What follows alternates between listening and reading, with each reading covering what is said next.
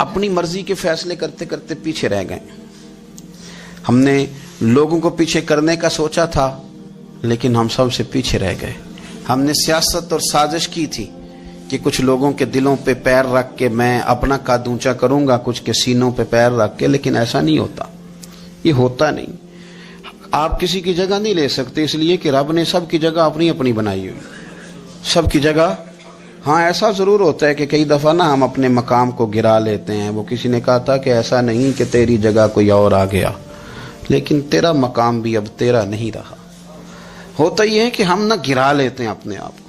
اگر ہم رشک کا ماحول پیدا کریں, رشک کا, اور ہم کہیں کہ کیا بات ہے, میں بھی سفر کروں گا, اس جانب جاؤں گا, بجائے یہ کہنا کہ فلاں آدمی بڑا آگے نکل گیا ہے, یہ کر کے نکل گیا ہے, وہ کر کے نکل گیا ہے, یہ کہنا کہ یار میں بھی رب کریم کی اس مدد کو تلاش کرتا ہوں جس کی برکت سے اللہ نے اس پر فضل فرمایا ہے. امام غزالی فرماتے ہیں 3 لوگوں میں حسد زیادہ ہوتا ہے, بغض زیادہ پیدا کر لیتے ہیں. اب چونکہ مضمون ہے تو ساری بات کھول کے ہی کرنی پڑے گی نا. فرماتے ہیں 3 لوگوں میں حسد, بڑے عہدے والوں میں حسد زیادہ ہوتا ہے. یعنی صوبائی وزیر کہتا ہے کہ حق میرا ویسے وفاقی وزیر کا تھا, اور وفاقی وزیر کہتا ہے کہ جتنا میرا تجربہ ہے نا مجھے بنایا وزیر اعظم ہی جاتا تو بات ٹھیک تھی. حسد زیادہ, بڑے عہدوں والوں میں حسد. اور امام غزالی فرماتے ہیں مالداروں میں حسد زیادہ ہوتا ہے. غریب نے غریب سے کیا جلنا ہے, جلنے کو شے ہی کوئی نہیں, کس سے جلیں گے. تو غریب تو بیچارہ 4 روٹیاں ہوتی ہیں تو کہتا ہے چلو ٹھیک ہے آ جاؤ, دونوں مل کے بیٹھ جاتے ہیں. غریبوں کے دوست بھی غریب.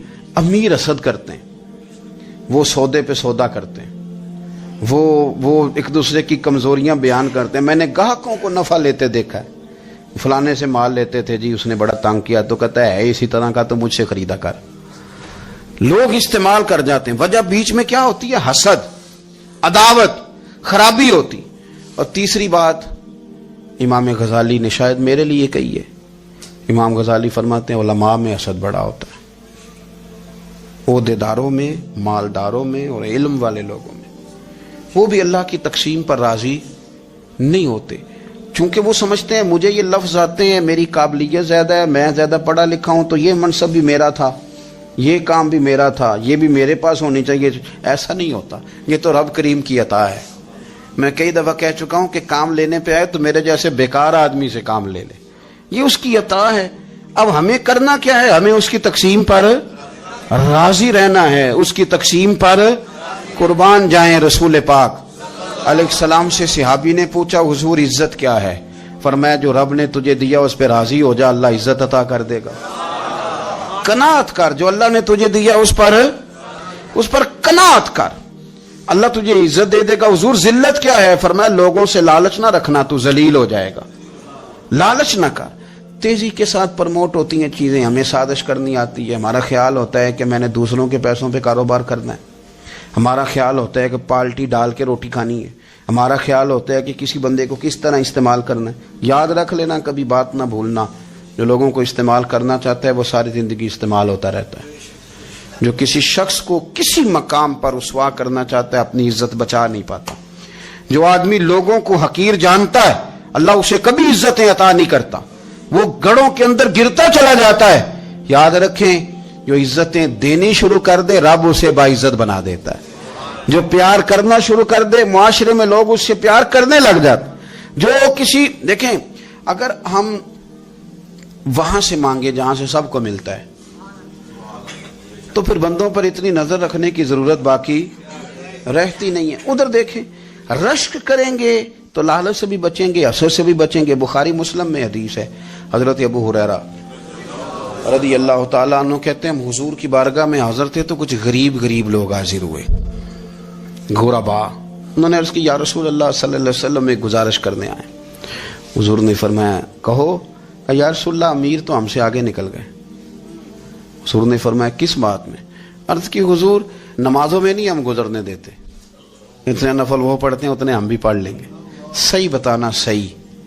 آج کل یہ نمازوں کا مقابلہ بھی ہے کہ نفل میں نے زیادہ پڑھنے, عبادت میں نے. ہمارے اصحاب رحمۃ اللہ علیہ فرمایا کرتے تھے آستانوں پہ گدی نشینوں کا تو رولا ہوتا ہے, اللہ اللہ کرنے کا رولا نہیں ہوتا. یہ تو شور ہوتا ہے کہ سجادہ میں ہوں, سجادہ اور سب نے کوئی نہ کوئی کہانی سنائی ہوتے، کہتے نہیں ابا جی مجھے کہہ گئے تھے کان میں، دوسرا کہتا نہیں نہیں مجھے لکھ کے دے گئے تھے، تیسرا کہتا تمہیں تو پتہ ہی نہیں، تم تھے ہی نہیں، عمرے پہ تو میرے ساتھ گئے تھے، جو میرے ساتھ ان کا معاہدہ ہوا وہ خانہ کعبہ میں ہوا ہے، لہذا میرا پہلا نمبر ہے۔ سب کے پاس کوئی نہ کوئی معاملہ ہوتا ہے، یہ سارے کام کوئی ضروری نہیں، ضروری کیا ہے کہ وہ جو کہتے تھے کرو، جس نے سب سے زیادہ کر کے دکھایا وہ زیادہ جانشین ہے، وہ زیادہ جانشین ہے جس نے زیادہ کر کے دکھایا۔ معاملہ تو یہ ہے کہ اس رستے پہ کس کس نے چلنا ہے۔ لوگ تو سجادہ نشینی سے بھاگا کرتے تھے، بھاگتے تھے۔ حضرت ابو بکر صدیق رضی اللہ تعالیٰ عنہ کا وصال ظاہری ہوا تو حضرت عمر خلیفہ بنے، تیسرا دن تک خلیفہ بنے ہوئے، 2-3 چھوٹی چھوٹی بچیاں آ گئیں، چاچا جان آپ خلیفہ بنے؟ فرمایا ہاں۔ چلو پھر عصر کے بعد ابو بکر ہمارے گھر جاتے تھے، فرمایا پتر تمہارے گھر کیا ہے؟ کہنے لگی ہم یتیم ہیں، ہمارا بھائی کوئی نہیں۔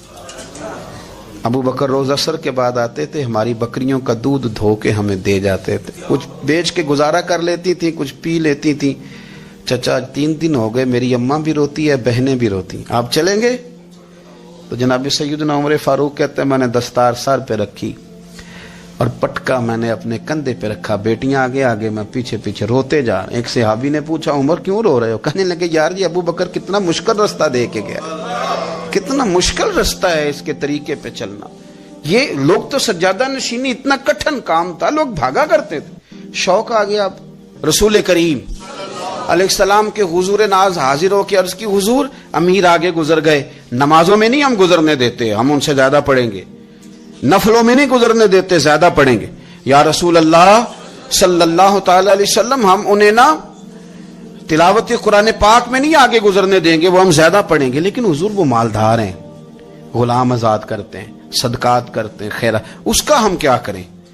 حضرت سیدنا ابو ہریرہ فرماتے ہیں کہ جواب تو حضور نے بعد میں دینا تھا، پر جب ان کا سوال ختم ہوا تو میں نے حضور کا چہرہ نور دیکھا تو رسول پاک کا چہرہ خوشی سے کھلتا ہوا مجھے نظر آیا۔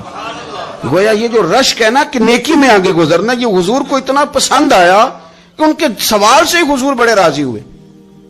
کریم فرمانے لگے، حضور فرمانے لگے میں تمہیں ایک وظیفہ بتاتا ہوں، تم وہ پڑھو، امیر جتنی بھی نیکیاں کریں گے نا اللہ تمہیں ان کے برابر ثواب دے دے گا، لے لو نسخہ، یہ کرو کام۔ یا رسول اللہ بتائیں، فرمایا رات کو نہ 33 بار سبحان اللہ پڑھا کرو، 33 بار الحمدللہ پڑھا کرو، 34 بار اللہ اکبر پڑھا کرو۔ اب جتنی بھی نیکیاں امیر کریں گے نا تمہارے وظیفے کی برکت سے اللہ تمہیں ان کے برابر ثواب عطا کر دے۔ اب جناب ابو ہریرہ کہتے میں نے ان کے چہرے دیکھے تو مجھے یوں محسوس ہوا کہ جس طرح کسی بندے کی کھوئی ہوئی رقم مل جائے تو وہ راضی نہیں ہوتا، کھوئی ہوئی رقم مل جائے تو بڑا جیسے کوئی اس کے ہاتھ، چلیں اپنا ترجمہ کر لیتے ہیں، کمیٹی نکلنے پہ نہیں بندہ بڑا راضی ہوتا کہ 11 مہینے سے دے رہا تھا، 10 مہینے سے چلو نکل ہی آئی ہے، شکر ہے اللہ کا، بڑا خوش ہوتا ہے بندہ، بڑا راضی ہوتا ہے۔ اس طرح ان لوگوں کے چہرے کھل اٹھے، کیا بات ہے حضور، بس اب نہیں ہم گزرنے دیتے۔ گھر چلے گئے، وظیفے پڑھنے لگے۔ کچھ دنوں کے بعد ان میں سے کچھ لوگ واپس آئے۔ حضرت ابو ہریرہ کہتے ہیں مجھے چونکہ وہ پرانی بات یاد تھی تو میں دلچسپی سے ان کا آنا جانا دیکھنے لگا۔ وہ کریم کی بارگاہ میں آ کے بیٹھے تو ان میں سے ایک شخص بڑی پریشانی کے ساتھ کہنے لگا حضور بڑی پریشانی لگ گئی۔ فرمایا کیا ہوا؟ عرض کی یا رسول اللہ صلی اللہ علیہ وسلم وہ جو آپ نے وظیفہ بتایا تھا نا، میرے کچھ پڑوسی امیر ہیں وہ تو انہوں نے بھی سن لیا ہے حضور، رات میں نے سنا ہے وہ مالدار بندہ ہے، صدقے خیرات بھی بڑے کرتا ہے، غلام بھی بڑے آزاد کرتا ہے، پر وہ بھی سوتے وقت 33 بار سبحان اللہ پڑھ رہا تھا، وہ تو اس نے بھی سن لیا حضور، وہ بات یہاں سے نکلی ہے، جانے کہاں کہاں پہنچی ہے، تو وہ بھی پڑھ رہا تھا حضور اب کیا بنے گا؟ تو کہتے ہیں اس کے سوال پر بھی میرے حضور بڑے ہی مسکرائے، باقاعدہ دہک ہو گیا حضور کے، دہک ہو گیا، سرکار کھول کے نہیں مسکراتے، لیکن آج حضور اتنا مسکرائے کہ میں نے حضور کے مقدس دانتوں کی زیارت کر لی، دہک ہو گیا باقاعدہ حضور کا۔ حضور فرمانے لگے انہوں نے بھی سن لیا حضور، اور سن کے پڑھنا بھی شروع کر۔ اب بات کو سمجھیں کہ کسی امیر نے یہ نہیں کہا کہ یہ تو غریب کے لیے وظیفہ تھا، میں کہتا ہوں اللہ اللہ کا مزاج ہی نہیں، مزاج یہ کہ سیاست کیسے کرنی ہے، چکر کیسے چلانا ہے، کوئی کہانی کیسے سنانی ہے، ادھر ان کو ملا، حالانکہ بات تو غریبوں سے ہو رہی تھی، حضور وہ تو انہوں نے بھی پڑھنا شروع کر دیا۔ اب ہم کیا کریں؟ رسول کریم نے فرمایا وہ بھی پڑھ رہے ہیں، حضور پڑھ رہے ہیں، تو فرمایا ذالک فضل اللہ یؤتیہ من یشاء، بھائی پھر یہ تو اللہ کا فضل ہے نا، وہ جسے چاہے عطا کرے. اب یہ حضور نے کہہ دیا تو حضرت ابو ہریرہ کہتے ہیں میں نے پلٹ کر ان لوگوں کے چہرے دیکھے، قربان جائیں، میں نے پھر ان کے چہروں پر اطمینان دیکھا، میں نے سکون دیکھا، اس لیے کہ وہ سمجھ گئے جب رب فضل کرے تو پھر فضل کے معاملے میں اللہ کے بندے بحث نہیں کیے کرتے. وہ مطمئن ہو کے گئے، کہنے لگے حضور پھر ٹھیک ہے، اگر مالک اس طرح تقسیم کر رہا ہے تو پھر ہم راضی ہیں اپنے رب کریم کی رضا پہ. اپنی زندگی جب آپ بڑی محبت سے قرب و جوار سے تشریف لاتے ہیں، میں قرآن و سنت کے بہت سارے عنوانات دیکھ کے آپ کی خدمت میں ایک بات عرض کروں، اپنی ساری توجہ اپنے رب رسول کی جانب مائل کریں. جتنا آپ دائیں بائیں دیکھیں گے نا اتنا گاڑی کے ٹکرانے کا خطرہ بڑھ جائے گا، وسوسے زیادہ آئیں گے، الجھ جائیں گے.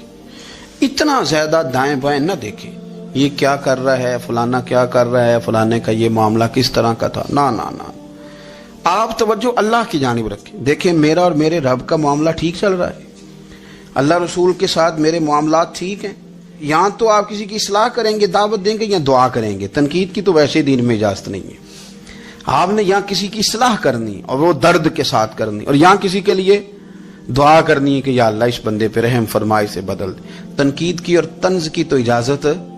اپنا معاملہ رب کریم کے ساتھ، ہماری سوچیں کس طرح کی ہیں، ہمارے اندر ماحول کس طرح کا ہے، وہ چونکہ دلوں کے حال جانتا ہے. اور نبی پاک صلی اللہ علیہ وسلم نے فرمایا نہ تمہاری جیبیں دیکھتا ہے نہ تمہارے چہرے دیکھتا ہے، وہ تو جب دیکھتا ہے تمہارا دل دیکھتا ہے.